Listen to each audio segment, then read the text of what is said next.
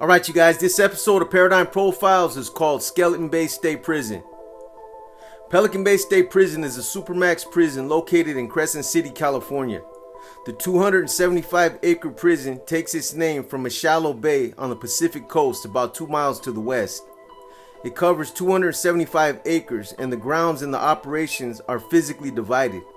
The prison is located in a detached section of Crescent City, several miles north of the main urban area and just south of the Oregon border.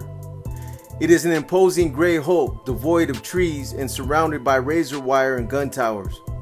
Its 8 cell blocks radiate from a 3-acre exercise yard like the spokes of a wheel.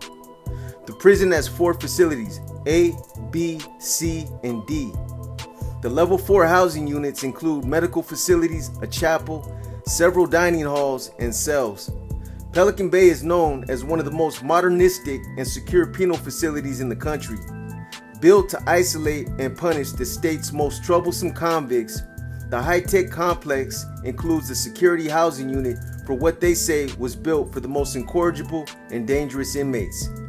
The general population mainline was designed to accommodate 2,280 maximum security inmates. The security housing unit was designed to hold 1,056 and now holds 1,251. Pelican Bay State Prison, aka the Bay, the White House, and Skeleton Bay are just a few of the names that it has often been referred to. These names, or some of these synonymous terms, were commonly used by former inmates that describe some of the characteristics and proclivities that defined Pelican Bay. The Bay was just a shorter version of saying it. The name the White House was a name used due to the fact that Pelican Bay housed the leadership from not only California's Big Four, but from nearly all the respective California prison gangs. It was considered headquarters, and it was a way of saying that it was presidential. The name Skeleton Bay was a term coined by former inmates that described the physical condition of spending long periods of time in the SHU. They starved you, literally. When you paroled from Pelican Bay SHU, a lot of guys had that skinny, sickly look as if they had just come out of one of those Jewish concentration camps from the Holocaust. You looked like a skeleton. Then, because of a lack of sun, you had no color, or you had that pale, chalky look that just didn't look right.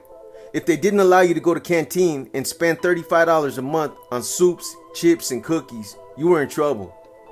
And there were a lot of guys that didn't have the financial means or the luxury of going to canteen. Those were the ones that epitomized the term Skeleton Bay. From an aerial view, the SHU buildings form a cluster of X-shaped buildings that comprise a quarter of the prison's facilities. This is the security housing unit, or the SHU. The best description I can give you of the SHU that simplifies it and sums it up is likening it to being a prison inside of a prison. The entire facility contains 1,056 solitary confinement cells organized into 132 8-cell pods. Each cell is 8 foot by 10 foot, considering I still remember the correct dimensions, and contains a concrete ledge, or as I used to call it, a perch that's used as a bed.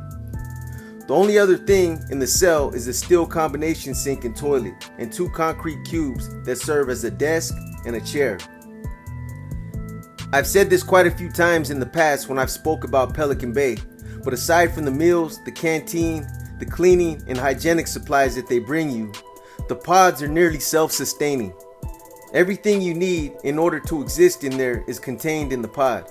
Toilets, sinks, showers, water, lighting, and everything else is right there in the pod. You rarely need to leave for anything.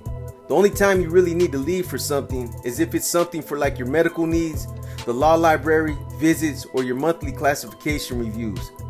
Other than that, you could stay back there in the pod for years and never go anywhere. As far as the COs and how they monitor the 6 pods of 48 cells, there's a gun tower that sits in the middle of the 6 pods that's also been referred to as the nerve center. It's called the nerve center because it controls all the doors, lights, showers, and everything else electronically.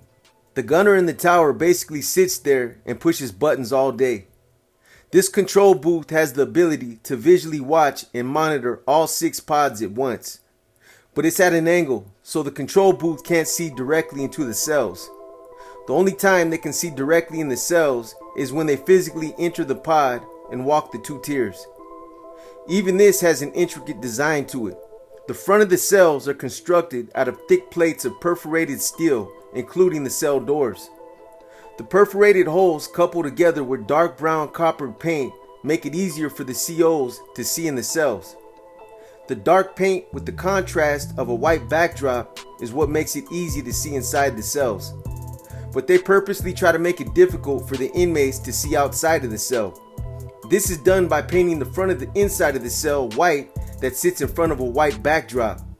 Something else I've also talked extensively about in the past is how you're basically forced to devise different ways to adjust and compensate to that type of environment. Because a lot of us back there were security conscious or security minded, you found other ways to countervail things like not being able to see outside the pod or around you. I literally trained my ears to act as my eyes. Everything was based on sound. I knew what every door in the pod sounded like when it opened because of the way it squeaked. Every door had a different sound by the way it squeaked when it slid across its rail. I knew what my neighbors were doing based off the sounds I heard. When they were working out, when they were bird bathing, or if they were sharpening a weapon. I knew what the gunner was doing in the control booth by listening to what he was doing. When he was opening up cell doors for yard release, when he was in the locker that held all the belly chains and shackles, etc., etc. I knew what cart they pushed into the unit based on how it sounded rolling on the floor. The food carts had a different sound from the laundry cart. The canteen cart had a different kind of hollow sound from the garbage cart. I also knew who was on the tier by listening to their gait. Everyone has a different manner of walking, and you learn how to distinguish that. Now, as far as the interaction in the pod amongst the inmates, this is something else I've also talked a lot about before, but Pelican Bay SHU is different from any other prison I've been to, including Corcoran, and I'll explain. Everyone knows you don't get to Pelican Bay just simply based on the fact that you're affiliated or that you assaulted someone. If you caught a SHU for possession of a weapon, for hitting another inmate, or for assaulting staff, they'd send you to Corcoran or to Tehachapi before they send you to the Bay. They reserved Pelican Bay for the worst of the worst. You had to be a leader within one of the main 4 prison organizations or someone with a lot of influence. So for the most part, everybody that was there, or at least most of the people I ran into there, were all individuals who conducted themselves like professionals, and they carried themselves well. They were all convicts. Individuals you knew were educated and gamed up by how they conducted themselves. It was rare that you would ever run across people who didn't know how to do time. The type who played YA games, mad dogging, striking up their hood on the walls, being loud and disrespectful, and just someone who acted like they were out of their element. During all the time I spent in the Bay, over the course of a 12-year span, I only encountered 4 youngsters in one pod that needed to be schooled up and got at. Otherwise, everybody I ran into there were like-minded and carried themselves with the same air of respect and professionalism. Even those of us who were at one time arch enemies afforded each other with the highest level of respect. Guys that belong to these organizations understand the importance of maintaining good PR, public relations, and extending respect. I've been in pods where everyone in the pod broke bread with each and every cell in the pod if they got a yearly food package or when they went to canteen. When they ran canteen, you paid attention to who went and who didn't, because if someone didn't make it to the store that month, then everybody that did would make them a small care package and make sure that they got touched. If someone needs stationery to write their loved ones, then we'd send it to them. The entire pod used to share and swap out our reading material as well. All the literature that we got was shared amongst the whole pod. These materialistic possessions are insignificant when it comes to this type of PR. There were times when we'd make wine and everybody in the pod would drink. I was the one who usually made it, and when I did, the Sureños, the Imeros, the Woods, and the Africanos would all get an issue if they drank. A lot of the time, they were even in on it from the jump by sending me all their fruit, sugar, syrup, and any other ingredients that were used. At other times, they would make it. That's a level of respect that's admirable, because you don't just trust anyone to make something that you're gonna ingest. That in itself takes a lot of trust. Sometimes during football season, we would make community spreads where the whole pod would get something like wet burritos or a tamale, like you guys see me making that one video. This even preceded the door policy. At one point in time, the SHU in Pelican Bay was a designated war zone. We were all told that if the doors ever opened up while an adversary was on the tier, that we were to torpedo out and engage with them physically. Everybody knew this. It was common knowledge amongst all of us that were active and who were still engaged in this war. This was from 1989 when the Bay first opened up until the mid-90s when a loose stand-down policy was agreed to. And even then, at this time, we were still affording each other with the highest level of respect. We all knew that if the doors open, then we come out and do our thing. We try to take each other's heads off like soldiers. But then we go back to maintaining and affording each other that respect. Because think about it, a convict understands that it makes absolutely no sense to live in an environment that's filled with animosity and stress than there already is. We're already locked up and we're already in a hostile environment as it is. So why contribute to it and make it any more worse than it is? We understood that we could coexist and function without making it any worse than it already was. So we interacted and did our time accordingly. If the opportunity presented itself, then it did. But until we crossed that bridge, we coexisted with each other. And that was everybody, the Woods, the Africanos, and the Raza. This is what made Pelican Bay different. In Corcoran, there's also a level of respect that's shown amongst everyone on the tier, and it's similar to the environment in the Bay, but it still differs in some ways. There's a lot of the same type of people there that are responsible for encouraging and promoting this type of respect, but it's just not the same. I think one of the other reasons why the Bay is different is because it's a smaller environment and it's more personable. Everything's more closed in. They're still interacting, and the small things like sharing literature, canteen, and those types of things do happen, but it's just not the same. But seriously, when you put it all in perspective and look at how they designed Pelican Bay, every step of this convoluted design process was well thought out and constructed to make it as uncomfortable and as restricted for the inmates as possible. It's obvious that the engineers, architects, and the California Department of Corrections intended on building a supermax prison that was designed to break down the inmates both mentally and physically. That's what it was designed for, to create a facility that imposes the harshest forms of psychological warfare against the hearts and minds of all those who were lucky enough to be entombed there. Deprivation, isolation, long-term sensory deprivation, and long-term solitary confinement. All the things that create a lot of the mental defects and the mental deficiencies that I've talked at length about before. PTSD, schizophrenia, paranoia, becoming an introvert, someone who's withdrawn and antisocial, someone who becomes detached. It's affected people different. Some guys become aggressive and violent and don't know how to control it. For me, it created a lot of anxiety and it made me antisocial. But this was the SHU in Pelican Bay, half of the prison, C&D facility. There was still the mainline general population that consisted of A and B facility. So the other half of the prison holds level 4 maximum security inmates in the general population environment with 2-man cells. The remaining part of the prison houses level 2 inmates in an open cell dormitory style facility for 500 individuals, and level 1 minimum security inmates in a facility for 400 individuals. This is located outside of the main perimeter of the prison. As of March of 2022, 1,852 people were incarcerated at Pelican Bay State Prison. 1,112, 60% of those inmates were level 4 maximum security prisoners. 290 of them were located in the security housing unit. This is a drastic change. Out of 1,056 cells used for SHU inmates, only 290 people were being housed in the SHU. The place that was once considered to be headquarters, the White House or Skeleton Bay, was gutted and reduced to an ADSEG type of environment. This was the result of a class action suit filed by Todd Ashker and Danny Troxel. The suit claimed that the inmates in the SHU were having their constitutional rights violated by confining them in the SHU for extensive amounts of time. Some 15 years, other 20 years, and even others had spent close to 30 years in the SHU.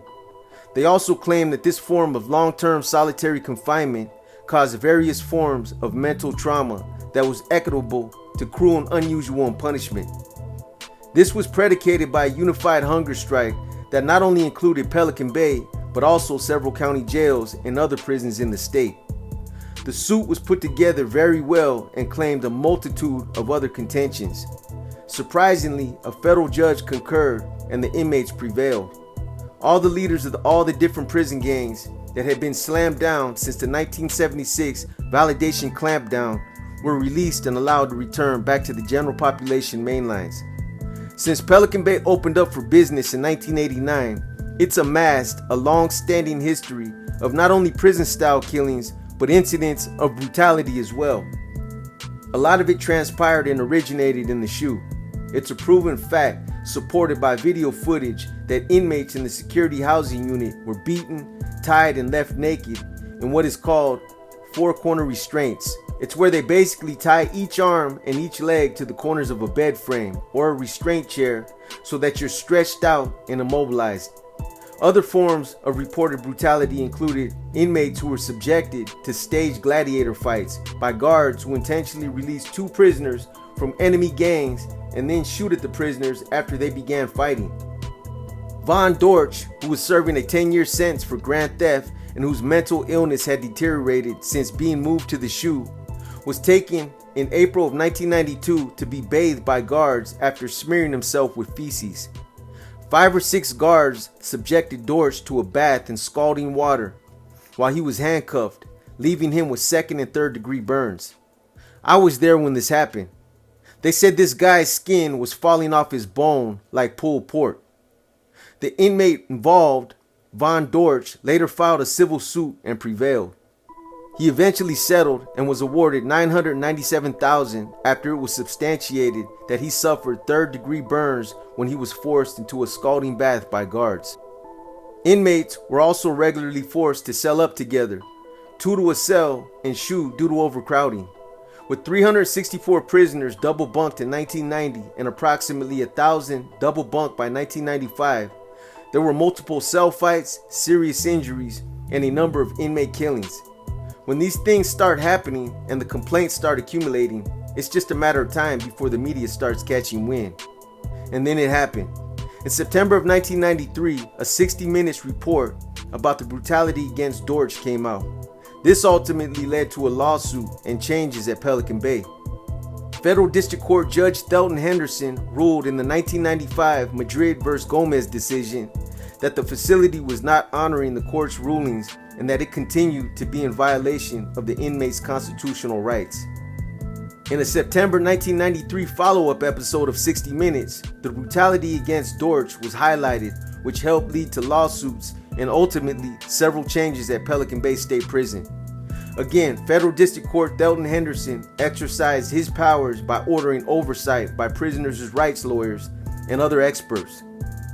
Henderson's ruling specifically demanded changes to the use of excessive force by guards, inadequate medical and mental health care, and the practice of housing mentally ill prisoners in the SHU. Again, the inmates who joined in on this class action lawsuit prevailed and gained more ground in their fight. As you guys know, I recently did profiles on some of the other California level 4 prisons that have had their due share of prison-style killings, staff assaults, and other forms of violence. So far, I've done High Desert, Salinas Valley, Calipatria, and both of the Kern Valley and North Kern state prisons.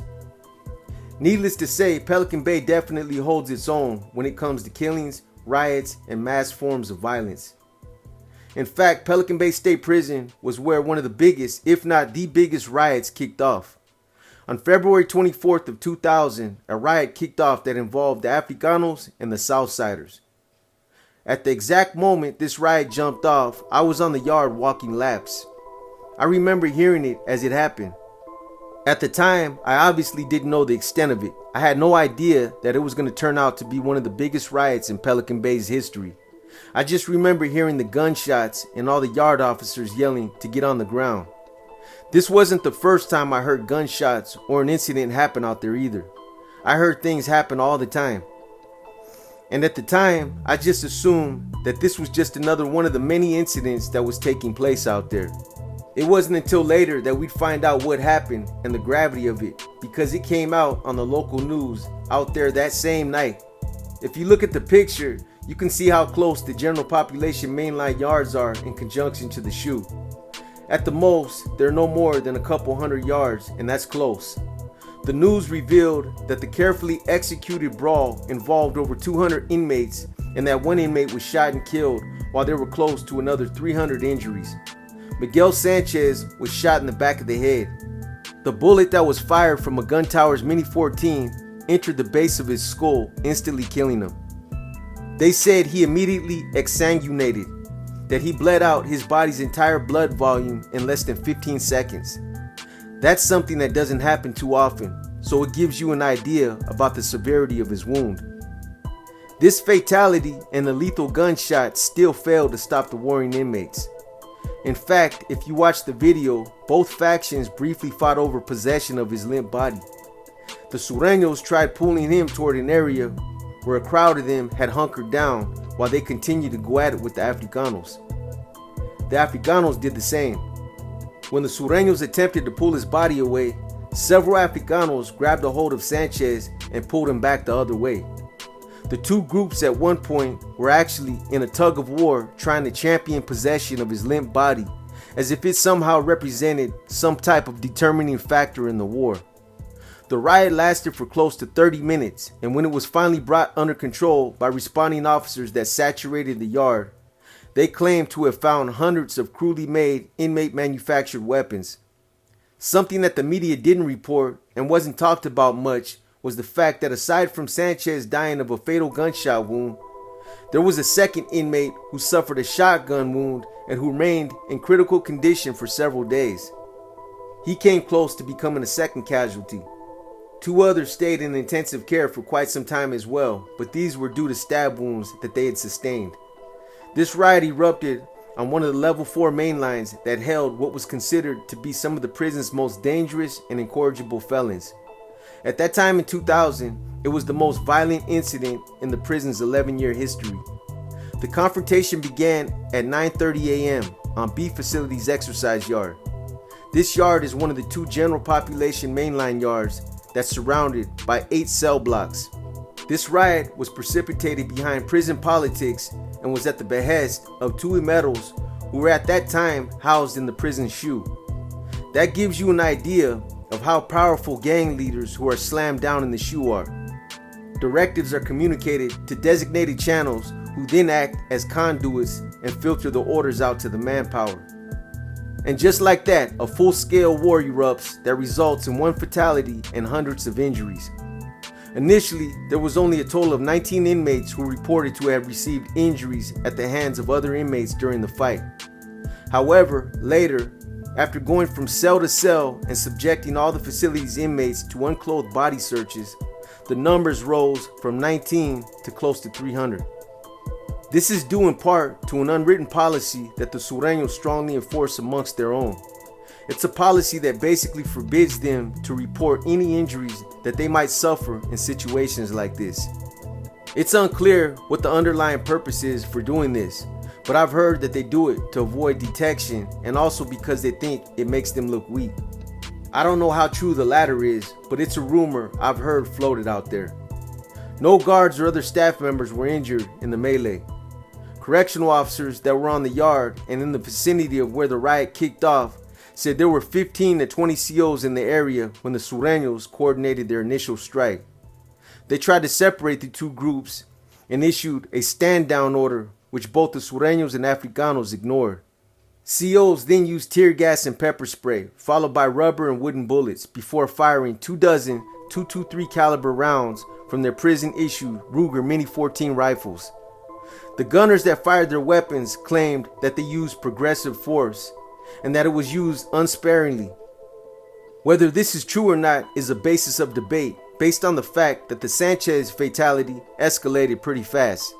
Lethal prison shootings have gained a lot of attention over the course of the last few years due to a large escalation in the numbers. Recently, there was a double lethal force fatal shooting that resulted in 2 inmate deaths at High Desert State Prison. I just did a profile on this incident that involved Armando Quinn. In fact, California's prisons reported the most inmate deaths from gunfire of any correctional system in the nation in the late 1980s and early 1990s. More than 39 inmates have been killed in prison shootings since 1988, and the large number of shootings led to a change in prison firearms policies that was adopted as a state regulation. Under the new rules, guards are allowed to fire at inmates only to defend a prison employee from death or great bodily injury, to prevent an escape, or to stop a riot.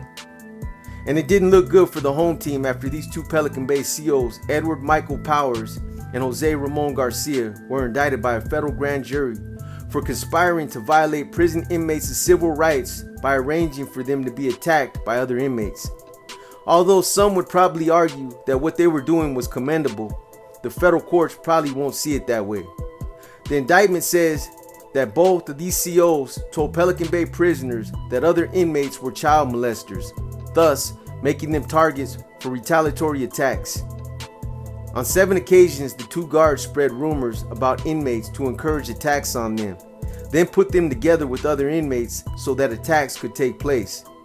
In one instance, the inmate who was attacked, Watson White, died from stab wounds he received during the assault. The indictment says that on another occasion, Garcia and Powers watched from a safe vantage point while an inmate assaulted one of the prisoners they had set up. But legal problems just continue to mount for Pelican Bay. On March 9, 1998, an inmate by the name of William Boyd was stabbed to death by another inmate named Duke Bolter.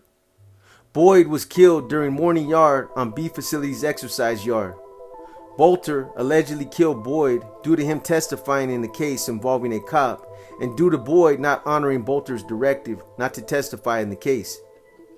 Aside from the federal oversight that was imposed in March of 1998 by the federal court circuit judge Thelton Henderson, the FBI began civil rights investigations to probe the possible role that the guards might have played in the beatings and killings at Pelican Bay. Some of the other recent killings that took place in Pelican Bay were as follows. On November 1st, 2019, an inmate by the name of Fabian Rodriguez was stabbed and killed by 2 other inmates on A Facility's exercise yard. The 2 inmates, Fernando Hernandez and Juan Ayabar, who were both accused of attacking Rodriguez, were serving long prison sentences and were documented as being active Sureño gang members. Rodriguez was nearing the end of a 12-year sentence for second-degree robbery with a firearm enhancement. Hernandez was convicted out of Los Angeles County for attempted first-degree murder. Juan Ayabar was also convicted out of Los Angeles County for first-degree murder and was serving a life sentence without the possibility of parole. Responding correctional officers ordered the 2 inmates to stop their attack, but this was to no avail and they continued the assault. On July 25, 1997, an inmate by the name of Aaron Marsh was killed in the SHOOT program at Pelican Bay State Prison by his cellmate, Gary Luttrell. Luttrell was a known documented member of the Aryan Brotherhood and was celled up with the victim Marsh. The green light on Marsh was allegedly an effectuation ordered by the Aryan Brotherhood's governing council. Marsh was murdered in D4 by manual strangulation and blunt force trauma after he was given a concoction of pruno laced with various forms of medication. After the murder, Luttrell calmly called the control booth officer and told him, "My cellie just fell and hit his head. He don't look good." Later, after officers entered the cell to recover the body, Marsh had obvious signs of trauma, including shoe prints on his upper body and marks on his upper chest and throat, consistent with his tennis shoes. He was basically strangled and stomped to death. On October 17, 2020, correctional officers discovered an unresponsive inmate by the name of Joshua Kirtley during a routine security check. Kirtley was immediately transported to Pelican Bay's medical clinic, where paramedics and medical staff continue to render medical aid. Although nobody seen Kirtley being assaulted, it was clear based on his numerous injuries that he was the victim of a serious assault. Kirtley's injuries were so severe that 911 was eventually called, and responding paramedics continued to provide life-saving measures. Despite all their efforts, Kirtley was pronounced dead a short time later. Curtley's cellmate, Jesse Rippey, was suspected in assault and subsequently charged for the murder. Curtley was convicted out of Humboldt County for first-degree murder and was serving a sentence of life with the possibility of parole. Rippey was convicted out of Los Angeles County for first-degree burglary and a second strike offense. He was serving a 10-year sentence. However, while in prison, he was sentenced to an additional 15 years for an assault by a prisoner with a deadly weapon and force likely to produce great bodily injury. On January 21, 2021, during a routine count, an inmate by the name of Martin Aguilar was found unresponsive in his cell. His cellmate, Daniel Haro, was the only suspect. Aguilar was convicted out of San Diego County for assault with a deadly weapon connected to a street gang, possession of a controlled substance, and assault on a peace officer or firefighter likely to cause great bodily injury. While in prison, he was also convicted of battery for 2 separate attacks on non-prisoners at separate facilities. Harold was also convicted out of San Diego County. He was sentenced to life with the possibility of parole for first-degree murder and other crimes. On July 29, 2022, correctional officers responded to an alarm in one of the prison's housing units after an inmate by the name of Fernando Torres Lopez assaulted another inmate by the name of Uriel Otero. Otero was taken to the prison's triage treatment area for treatment of injuries he sustained during the attack and subsequently died shortly after. According to medical staff, Otero was stabbed numerous times. Otero was convicted out of Monterey County and sentenced to serve 25 years to life for attempted second-degree murder with use of a firearm and inflicting great bodily injury in the commission of a street gang act. Lopez was convicted out of Santa Clara County to serve a 19-year, 8-month term for attempted second-degree murder, carrying a firearm in public with a prior conviction, and 2 counts of assault with a deadly weapon in the commission of a street gang act. These killings that I've documented aren't even a fraction of the killings that have taken place in Pelican Bay since the prison was opened in 1989. These were just a few of the notable killings to demonstrate how violent this prison's history has been over the years. With all the gang leaders out in the general population mainline yards since the Todd Ashker and Danny Troxel class action lawsuit, there's no doubt that the killings will continue and that things will only continue to get worse. Before they opened up the floodgates and emptied out the shoe, I thought a lot of these California prisons were turning into romper room type settings. Removals were a joke. There were a lot of hands-on discipline that I've never been a fan of, and the whole mindset just seemed like it was relegating. But this all changed when the leaders were let back out. They're actually bringing the old school back, the way it was back in the 80s and 90s. I'm going to continue to do these profiles on these level 4 prisons and some of these other prisons that have had a long-standing history of mass violence.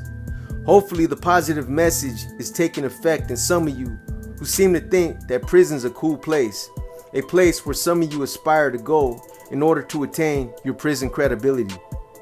There's nothing to glorify about it, as death lurks around every corner and betrayal is an everyday walk of life. I hope you guys have enjoyed this episode of Paradigm Profiles. As you can see, we're trying to keep the content coming to you guys and make up for all the downtime we had. As always, we appreciate all your support, and especially just you as our viewers, as we know that without you, we would cease to exist.